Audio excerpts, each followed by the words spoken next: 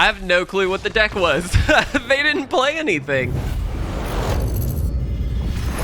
What's going on, guys? If you want to support our content and pick up this month's amazing Patreon rewards, you can do so at patreon.com/itresolves. If you're interested in custom playmats and sleeves, visit YourPlaymat.com and use code ITRESOLVES10YP for 10% off your entire purchase. What is going on, everybody, and welcome back to another standard gameplay video. Hope you guys are doing well. Hope you guys are ready for the weekend. As a quick heads up, I'm going to be busy towards the beginning of next week. I've already got some videos recorded. I'm going to try not to miss a day, but just in case, I wanted to go ahead and warn you. And then the following week, actually, Caitlin and I are taking our honeymoon because we didn't really get to do a full honeymoon in October when we got married. And so we're going to be gone during spring break, having a nice little vacation.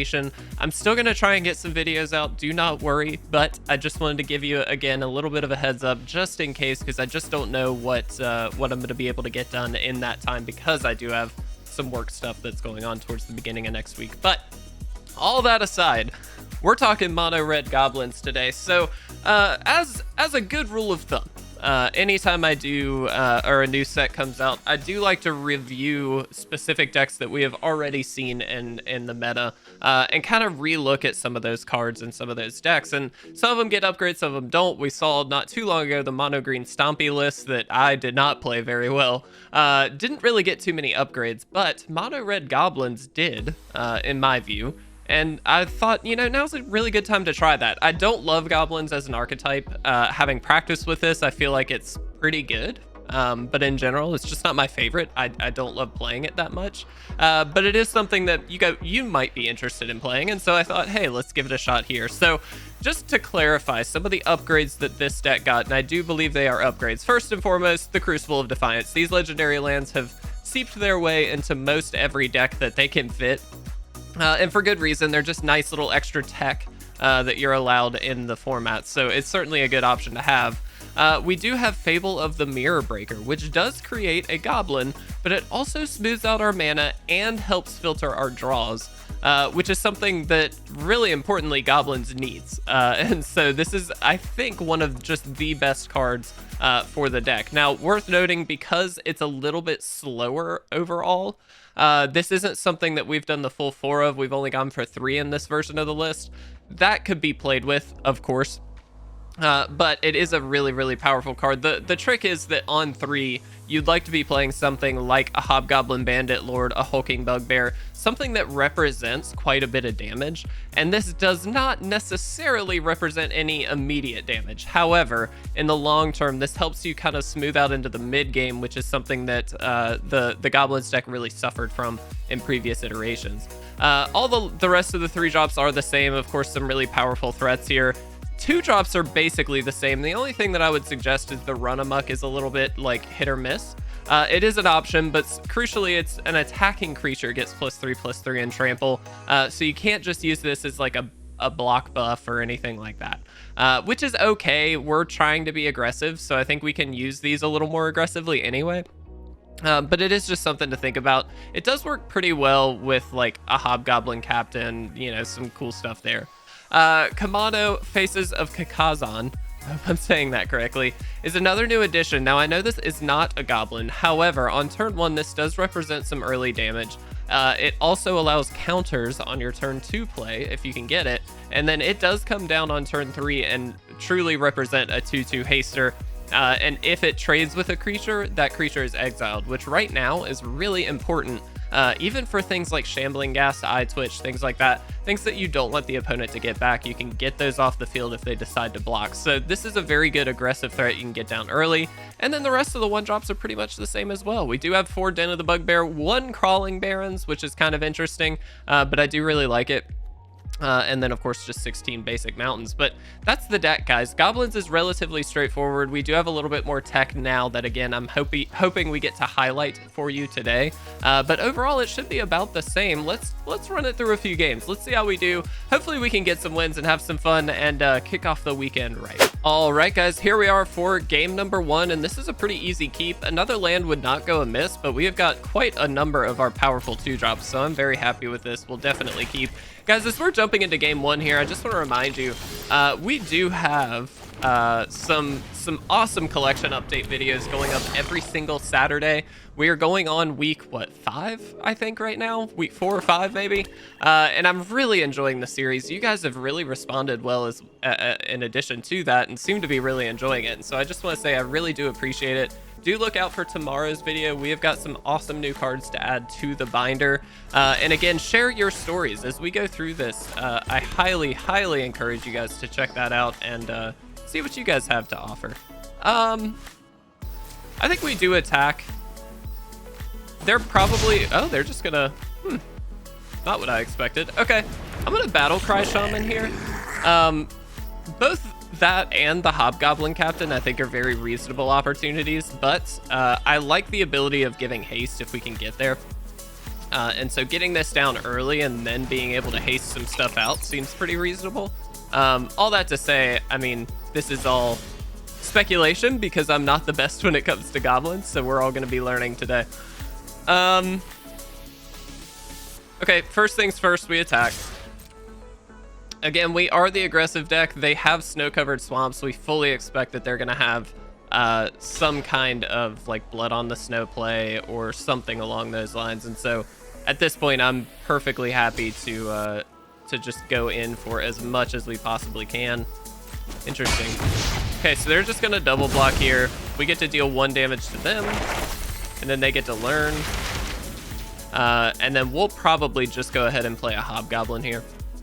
Getting environmental sciences, naturally. Curious as to what the second one will be. But, again, we're just trying to get stuff off the field. Pest summoning. Okay. I do think we go for the Hobgoblin Captain. This sets up a great turn 3 option. If we happen to get a Hobgoblin Bandit Lord down, so we do need to draw a land to do this, but if we get that down, this really pumps up our board and gives us a lot of power that they're not necessarily going to be able to fight through very easily. Or they're just going to meat hook. And that's okay too. Okay. Well, we're going to struggle here. There's no doubt about that. I'm going to go ahead and Hulking Bugbear and get 3 in. Just to really power out as much damage as we can. Again, that's kind of the name of the game for this deck, right? So I feel like this is reasonable. Next turn, we can drop Bandit Lord if we want. Okay. Get 2 of those and an Environmental Sciences. So this, I will say, is definitely a struggle matchup for us. Like, there's no doubt about that. What do we want to drop here is the question. Part of me really wants to get the Fable of the Mirror Breaker down. I mean, I think either way, we're definitely going to attack first. They're just going to block, which is perfectly fine. Yes, we know. Let's go ahead and drop the Fable. Again, on the instance of them not having a sweeper, this really sets us up for the next couple turns because we can get this down and deal some damage or attack in with it, and then hopefully get some treasure tokens. Which will help us out quite a bit. We can also just discard our hand if we need to get rid of some things here. I'm not really sure that we want to, but just as an option, it can't hurt. I do fully expect that they have got a Blood on the Snow, a Meat Hook Massacre. They're gonna have something. A Hagramon. Okay. So that leads me to believe they don't have anything crazy, which is interesting. I really like you see a Pair of Goblins. Weirdly, I think it's just the Hobgoblin Captain. Okay, land is actually quite helpful. So we can do this. Attack. Yeah, let's do that. We're gonna do this. We're gonna attack. That's gonna give us a treasure token, which we can then use for the Battle Cry Shaman. They're just obviously gonna block here. The worry is if they happen to have a sweeper, but again, if they did, I don't know that they would have played the Hagramon last turn. I'm not sure. If they do have it, this is certainly going to be the time that they use it. There's no doubt about that. But next turn, this represents quite a bit of damage. I'm kind of just trying to call their bluff. They may not have it. I have no idea. But we're going to try. Crap. All right, well, they had it. No. Okay. I mean, nothing we can do about that. I was really banking on them not having it, but it's cool. That sucks. That really sucks. Okay. Alright, so hear me out. We can instant speed this, which isn't a bad idea. I actually think, though, the play is going to be to do this. This seems really not that productive, but the reality is it's a very safe bet against their deck. And next turn, we've got Hobgoblin Lord coming down that's going to basically push everything out. Yeah, okay, they're going to Field of Ruin it. Makes total sense, but this, again, just kind of forces them into that. Yep. They do get a Blood on the Snow, which again is going to help them if they have, or a snow-covered swamp, which does help them if they have a Blood on the Snow. Okay. Again, Hagra Mauling. Interesting. All right, so here, I mean, the play is very clear. We just go for this. Setting up a very powerful a Pair of Goblins next turn, potentially. And really just banking on them not having another sweeper of any kind. It's literally all we can do. Yep, here it is. This is like the worst matchup for us. I'm just gonna go ahead and say any kind of sweeper deck is gonna be difficult. Unfortunately, that's a lot of the meta right now. Truthfully, we should wait until their turn to do this, so this is a bit of a misplay, but I also kind of want to... I guess we wouldn't block with it, so no, that was a mistake. Oh well. We're top decking, people. They're going to hit us for quite a bit here. Very surprised they're leaving up the Eye Twitch. They're playing very conservatively, which is obviously to their benefit, given they're a control deck. And so well done them, but this is definitely a problem for us. We just can't keep up. We haven't dealt any real damage to them. This is a pretty good draw, so we do get to power some stuff out here. We can actually go ahead and do this. Just to power out as much as we can. This is one of the great mana sinks of the deck. It's just very tricky for them to, or for us to get it going because we don't necessarily have enough lands usually. But in the late game, it is a good mana sink for us. Okay, so they are going to block here. I kind of thought they'd take out a token, but that's fine. They do get, I'm assuming, Mascot Exhibition. Yep. Again, the good news is we do have that Battle Cry Shaman, so we can actually power things up pretty quickly here and trade off with the 4/4 if need be. I wouldn't love losing the Battle Cry Goblin, but like... Oh, come on! How many They've had 4 sweepers. Alright, so depending on what we draw here, we just lose. I mean, we don't just lose now, but like, it's not great. There's no way we can deal 18 to them before they can kill us with Mascot Exhibition. I think we go ahead and concede here, but I guess we'll give it one more turn. Double Mascot Exhibition. Yeah. I think we're dead. Yeah, guys, I'm going to go ahead and concede here. The reality is they can just kill us so quickly. Really unfortunate matchup, but it is what it is. That's just the meta right now. Let's jump into game 2. All right, guys, here we are for game 2 after a rough game 1. This is a nice one, though. We can curve out 1, 2 into 3 or 3, depending on how we see fit. And so I definitely like this. I love the idea of being able to play this turn 1, get a counter on something turn 2, like this Hobgoblin Captain, and then theoretically really being able to get in for some damage on the following turn. So this does help quite a bit. Hopefully we're not against another sweeper deck.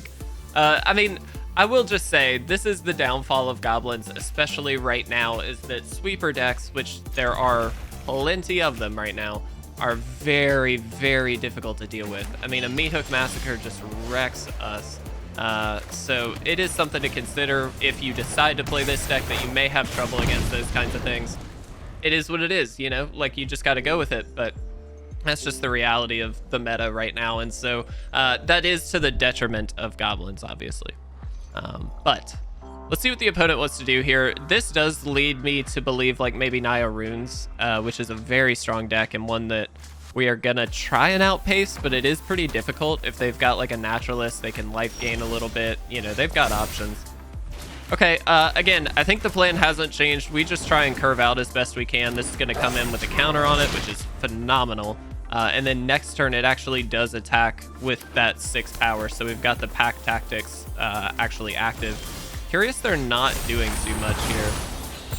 I'm wondering if this is maybe a Doomscar incoming at some point or whatever, but the question becomes now, do we want a Hulking Bugbear just to get max damage, or I guess that would be max damage.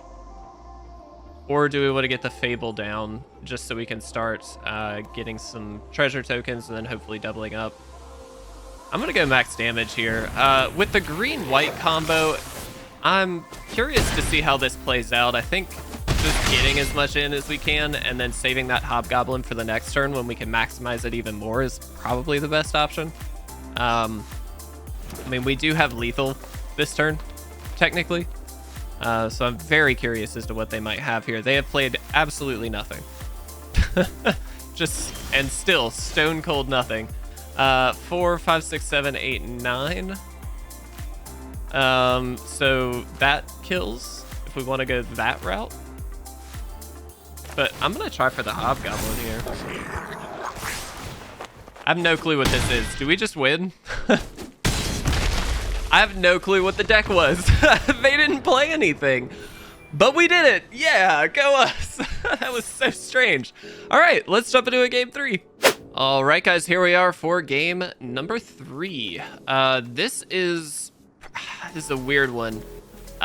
It's got all the power, but it's pretty late game. I think we mulligan pretty aggressively with this deck. Wow. So what's the basis that we can get a non-land 1 to 2 mana card? I don't think we can do it. All right, we definitely keep this. I think we just do this to keep with the threats as best we can. I mean, truthfully, this isn't, if we're gonna have 5 cards, this isn't a bad 5-card hand, but if this is a resource denial deck of any kind, a sweeper deck, like, we're not gonna be able to rebuild very easily. Kind of nice that we get a counter here, knowing they've got Spike Field Hazard. That's just a helpful thing. But yeah, we're gonna be up against it. This is gonna be a burn deck here. Probably Goldspan Dragon incoming at some point, which is terrifying. So first things first, we attack. And I think we just be mana efficient, or as mana efficient as possible, and go for that Hobgoblin play. Not great. I'm sure they've got like a Prismari command. They could have any number of things. Kind of interesting, though, that they did this when they did this, because they didn't have to. So let's see what they're going to burn out, if anything.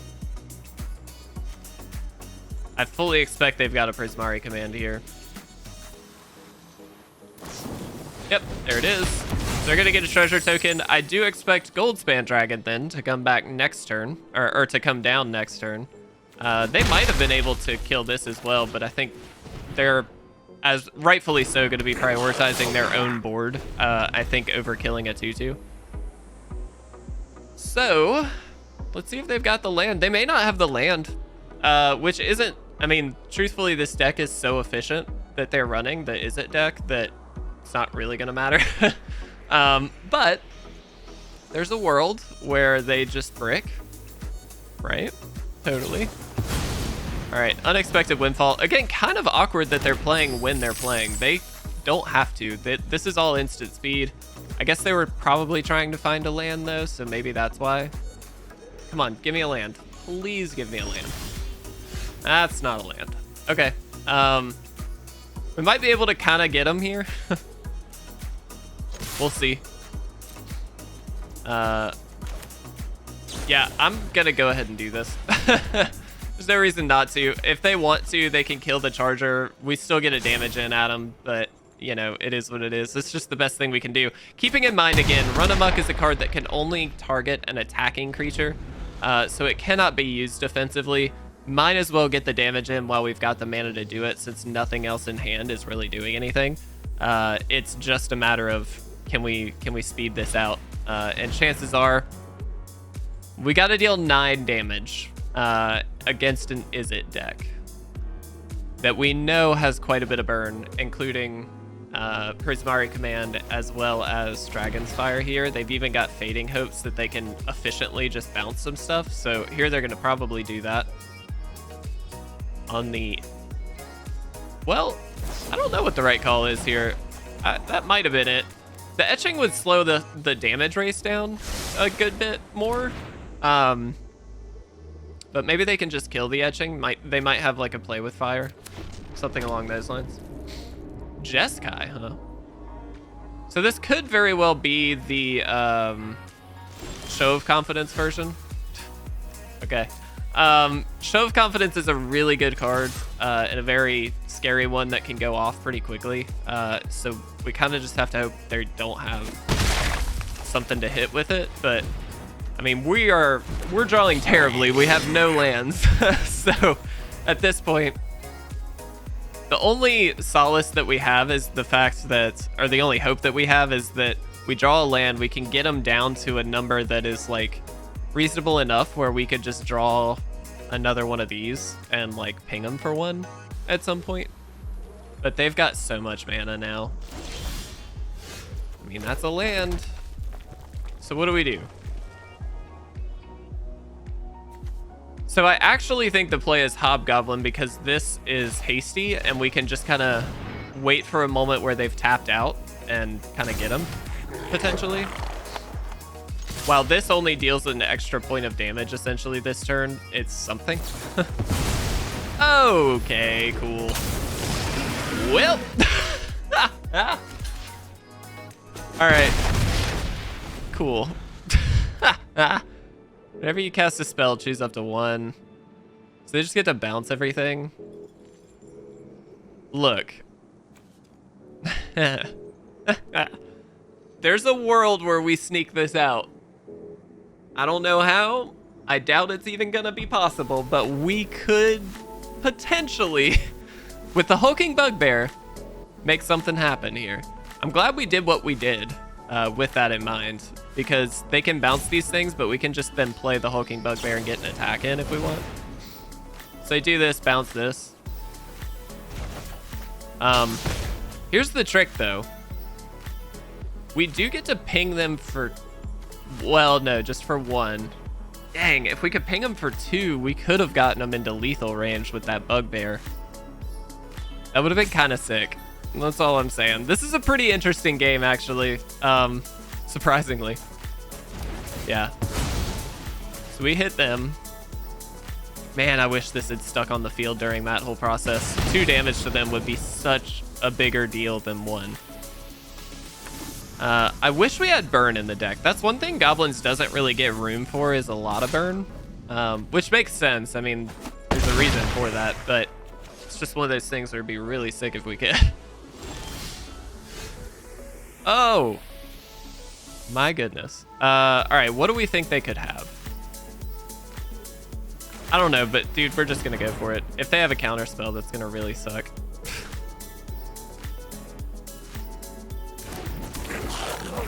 They're gonna have like a Fading Hope. Guarantee it. Actually, maybe not.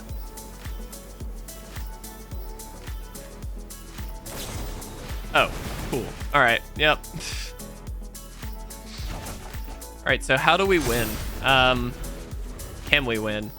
We theoretically could. If we draw a land, we can attack with both of these. If they're smart, they leave up 1 blocker, I think. Which should... Oh, no, they just kill us. Dang, man. Oh, no, they don't. Can they kill us? That's a tap land. If this was an untapped land, I'm not saying we could have done it, but we could have gotten pretty close. God dang, man. Just out of curiosity, I just want to test the waters and see what they have. They've got 3 mana available, so it could be basically anything. They just take this, or they can play any spell.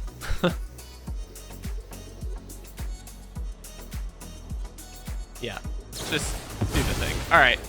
Dang. All right, let's talk about Gobos real quick.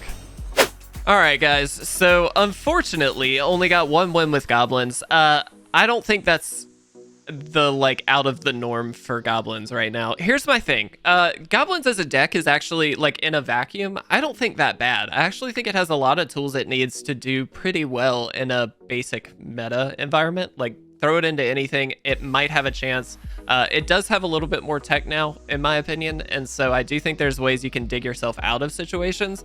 And as we saw in that game 3, I mean, there's no world in which the opponent didn't have it, but there was like that very slim hope that we could potentially kind of get them. It didn't work out, of course, but there's always that little bit of hope. What I will say, though, is because the meta right now is so heavy with sweepers, so heavy with like removal in any capacity, and even against like Naya runes as an example, like they just outpower goblins. They have trample, they have lifelink, like they're not worried about taking a lot of damage. And so in my opinion, while this deck is fun, and if you're a goblins player, I don't think it's a bad deck, I just don't think it's right for the meta right now. And I think that's why we've seen a huge decline in the amount of goblin decks on the ladder. I still see it every once in a while, but it's just not something that we really get to see a lot. And I think that's why. I still enjoyed it. It was still fun. It was a bit of a silly one, I know, but I thought I'd give it a shot. It's been a while since we played goblins, so I just felt like, hey, let's see what we can do with it. So regardless, it was a great time. I hope you guys enjoyed it. I do really appreciate any and all support, guys. Feel free to like, comment down below. Make sure you're subscribed. We do have a giveaway going on right now. And yeah, I'll see you guys tomorrow for the collection update series. It's going to be a good one. Make sure you stay tuned for that. Sunday, obviously, and Monday will be gameplay, so you can look forward to that if you're looking for some standard gameplay as well. But thanks for watching, guys. I'll see you later.